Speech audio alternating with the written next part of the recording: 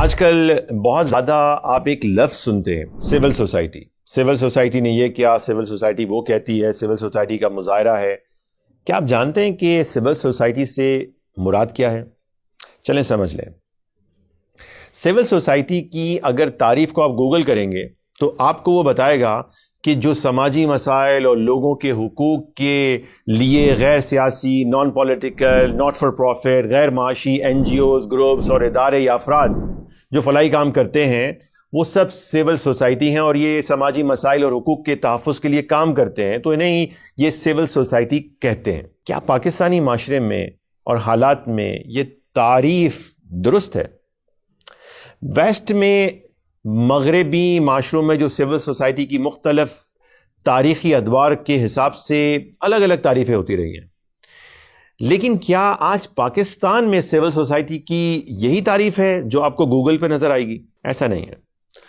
پاکستان میں civil society کو آپ بغور دیکھیں تو آپ کو صاف نظر آئے گا کہ کیپٹلزم، سیکولرزم، لبرلزم، بلکہ مجھے یہ کہنے دیں کہ صاف ستھرے الفاظ میں یہ کہوں تو غلط نہیں ہوگا کہ مغربی نظریات کی بالادستی، ہیجیمنی کہتے ہیں نظریات کی بالادستی کو قائم کرنا، اور حکمرانی یعنی مغربی نظریات اور کی بالادستی یعنی ہیجیمنی قائم کرنے کے لیے جو این جی اوز اور افراد کام کرتے ہیں انہیں پاکستان میں سول سوسائٹی کہتے ہیں، اور یہی حقیقت ہے جو ہمیں نظر نہیں آتی ہے۔ پاکستان میں سول سوسائٹی کا یہی مطلب ہے کہ مغربی نظریات کی ہیجیمنی اور بالادستی کو قائم کرنا۔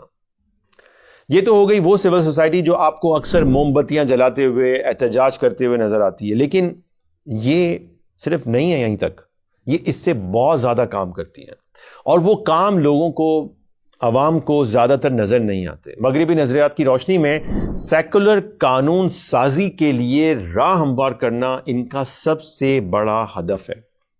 نیوز، میڈیا، ادب، لٹریچر، فنون لطیفہ، تعلیمی اداروں، ہاسپٹلز اور معاشی تنظیموں، یہاں تک کہ مذہبی ناموں سے ایکٹیویٹیز کے ذریعے مقتدر یعنی جو حکمران طبقہ ہوتا ہے، ایلیٹ کلاس ہوتا ہے، ان میں اپنے نظریات کی ہیجیمنی، حکمرانی قائم کرنا ان کا اصل کام ہے، جو عام طور پر عوام کو سمجھ نہیں آتا۔ بدقسمتی سے کیپٹل نظریات اس حد تک غالب ہو چکے ہیں کہ اس نے ہمارے معاشرے کو جکڑ لیا ہے، اور ہم بھی اسی کا حصہ بن چکے ہیں، لیکن اکثر ہمیں اس کا احساس نہیں ہے، سمجھ نہیں ہے، شعور نہیں ہے۔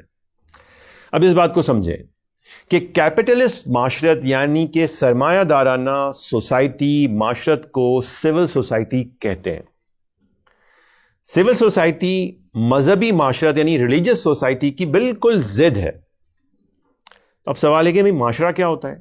ایک ایسا کلیکٹیو یونٹ یعنی اجتماعی اکائی ہے جس میں ہم رضاکارانہ طور پر، بنیادوں پر ایک دوسرے کے ساتھ تعلقات استوار کرتے ہیں، لیکن آپس میں تعلقات کس بنیاد پر قائم ہوتے ہیں؟ کچھ ویلیوز ہوتی ہیں۔ مذہبی معاشروں میں ان تعلقات کی بنیاد صلح رحمی ہوتی ہے، محبت ہوتی ہے، للہیت ہوتی ہے۔ تو مذہبی معاشرت کا بنیادی جو تنظیمی ادارہ ہوتا ہے وہ کیا ہوتا ہے؟ وہ ہوتا ہے عبادت گاہ، مسجد ہے، خانقاہ ہے وغیرہ۔ مذہب بے لوث اچھے اخلاق والے افراد تیار کرنا چاہتا ہے، اور اس کا مقصد یہی ہوتا ہے۔ وہ عبداللہ یعنی اللہ کے ایسے متقی بندے جن کے دلوں میں خوف خدا ہو وہ پیدا کرتا ہے۔ وہ پرسکون ہوتے ہیں، مطمئن ہوتے ہیں، کیونکہ وہ اس دنیا ہی میں مکمل صلے اور بدلے کے طلبگار نہیں ہوتے، بلکہ وہ آخرت پر یقین رکھتے ہیں اور وہاں کامیابی اور جنت کے طلبگار ہوتے ہیں۔ سول سوسائٹی جو سرمایہ دارانہ معاشرہ، کیپٹلسٹ سوسائٹی میں انفرادی تعلقات کی بنیاد ذاتی مفادات اور مٹیریلسٹک بینیفٹس کے لیے ہوتی ہے، یعنی تعلقات استوار کرنے کا مقصد مادی اغراض اور مقاصد ہوتا ہے، اور خواہشات نفس کی تکمیل کا حصول ہوتا ہے۔ یعنی ہم کسی سے تعلق قائم کرتے ہیں تو اس کے لیے کوئی مطلب ہوتا ہے، کوئی مقصد ہوتا ہے، اور وہ مقصد اکثر مادی ہوتا ہے، مٹیریلسٹک ہوتا ہے، اور پھر حقوق کے حصول کی خاطر انسانوں کے درمیان ایک نہ ختم ہونے والی رسہ کشی کیپٹلسٹ معاشروں میں موجود رہتی ہے۔ سرمایہ دارانہ معاشرت کا بنیادی تنظیمی ادارہ جو ہوتا ہے وہ مارکیٹ ہوتا ہے، مارکیٹ چلاتی ہے، اور مارکیٹ کمپٹیشن، دولت کے کمپٹیشن، ہرس اور حسد کے فروغ کی جستجو کو اس طرح سے منظم کرتی ہے کہ زیادہ سے زیادہ افراد عبد دینار بننے پر مجبور ہوتے ہیں، یعنی کہ پیسے کے بندے بنتے ہیں۔ آپ نے اکثر یہ جملہ سنا ہوگا، اور غور کریں تو یہ بڑا عام سا جملہ ہے کہ بھائی کاروبار ہے، اس میں بھائی دوست ووست کچھ نہیں ہوتا۔ بظاہر تو یہ جملہ بہت اصولی سا لگتا ہے، لیکن غور کریں یہ جملہ ایک نظریے کی پیداوار ہے جس میں تعلقات صرف اور صرف مادی مفادات کے لیے قائم کیے جاتے ہیں۔ اسلام میں تو بھائی ہے، دوست ہے، پڑوسی ہے، اس کے ساتھ صلح رحمی اور محبت کا سبق دیتا ہے کہ بھئی اگر وہ تم سے کوئی سودا لینے آئیں تو ان میں رعایت کرو، ان کے ساتھ تعاون کرو۔ لیکن آج مسلمانوں نے یہ نظریہ کیوں اپنا لیا ہے؟ اسی طرح جب بندہ کیپٹلزم یعنی سرمایہ دارانہ نظام کے نظریے پروگریس یعنی ترقی کے مطابق ہر لمحہ اپنے مال کو بڑھانے کی جد و جہد اور جستجو میں لگا رہتا ہے، اور ایسی جستجو ہوتی ہے جو کبھی ختم نہیں ہوگی، اور بندہ اسی وجہ سے پریشان رہتا ہے، غیر مطمئن رہتا ہے، وہ اپنی لائف سے مطمئن نہیں ہوتا ہے، اسے سکون میسر نہیں آتا ہے، اور چونکہ وہ آخرت پر یقین کھو چکا ہوتا ہے، بظاہر تو کہتا ہے کہ میں آخرت پر یقین رکھتا ہوں، لیکن وہ یقین اس کے پاس نہیں ہوتا جیسا کہ یقین مطلوب ہوتا ہے، تو اس سے وہ اسی دنیا میں ہر کام کا، اپنے جو بھی کام انجام دیتا ہے اس کا مکمل صلہ اور بدلہ طلب کرتا ہے، بدلہ چاہتا ہے کہ مجھے یہاں ملے، اور یہ ممکن نہیں ہے۔ ایسا نہیں ہو سکتا کہ آپ جو کچھ کر رہے ہیں اس کا مکمل صلہ آپ کو اس دنیا میں مل سکے۔ تو پھر کیا ہوتا ہے؟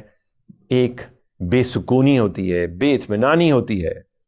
تو کیپٹلسٹ معاشرے میں انسان بے سکون ہوتے ہیں۔ اسی وجہ سے آپ دیکھیں کہ مغرب اتنی زیادہ ترقی کے باوجود بہت ساری وہاں پر خودکشیاں ہوتی ہیں، لوگ پریشان ہیں، اور وہاں پر نفسیاتی امراض بہت زیادہ ہیں، اور پھر ایسے افراد جو آخرت پر یقین نہیں رکھتے وہ آخرت میں کامیاب بھی نہیں ہو سکتے۔ تو ذرا غور کرنا چاہیے کہ ہم لاشعوری طور پر کن نظریات کے ساتھ جی رہے ہیں۔ کیا ہمارے تعلقات ذاتی مفادات، مادی اغراض و مقاصد کے حصول کے لیے ہیں، یا ہم اللہ کی رضا کے لیے ایک دوسرے سے محبت و صلح رحمی کا رشتہ رکھتے ہیں؟